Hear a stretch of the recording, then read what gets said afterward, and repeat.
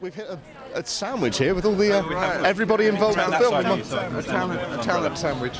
Indeed, gentlemen. There's a fairly obvious question about this film, and that's when Sally came to you and said, "I want to cast a group of very high-profile American actors in English roles and an Australian actress." What was your response? It wasn't quite as simple as that, because it's never quite as simple as that. So there was a long process there was a big Facebook campaign that went on looking for up-and-coming young British girls to play the roles, which took quite a long time, and there were kind of a couple of thousand girls who replied, and which will whistle down to some face-to-face interviews, whistle down to some face-to-face interviews eventually. But then Sally met Elle in the States and knew that she was right for the role. So in a way, as Sally said before, she doesn't look at the people's passports to decide whether they're good actors or not, it's the person themselves.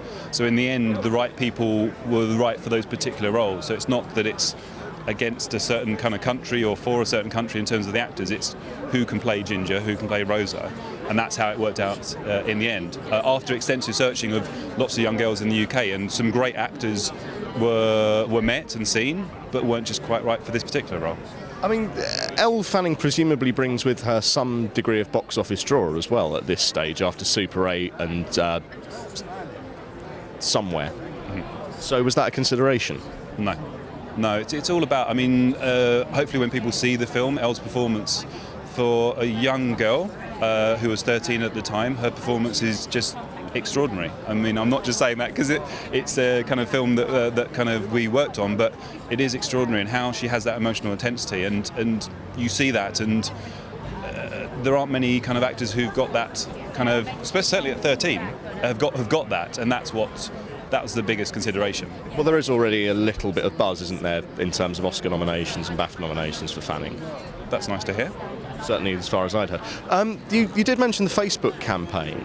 Now, I'm curious there, because I will admit I wasn't aware of that. Why did you look to social media when you were considering casting the film originally?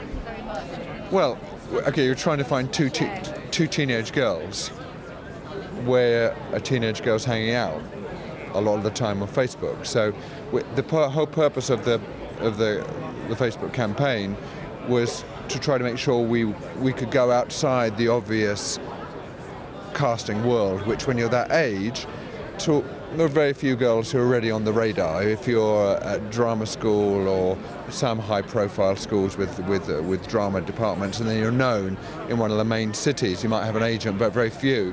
So you must assume that a lot of girls out there with talent who are not on the radar. So we created an opportunity using Facebook and YouTube where girls could audition themselves and post the audition videos onto YouTube. And we got about 1,500 of those. And then we went through several rounds of that. And the idea was just to, in a way, to reassure ourselves that we weren't missing an obvious opportunity out there, missing exciting new opportunity.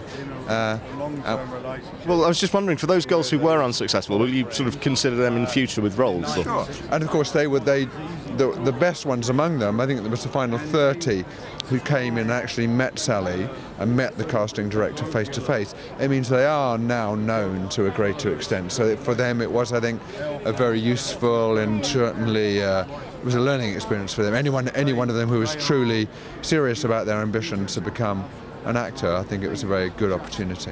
Okay, thank you very much, gentlemen. Thank you. Okay, pleasure.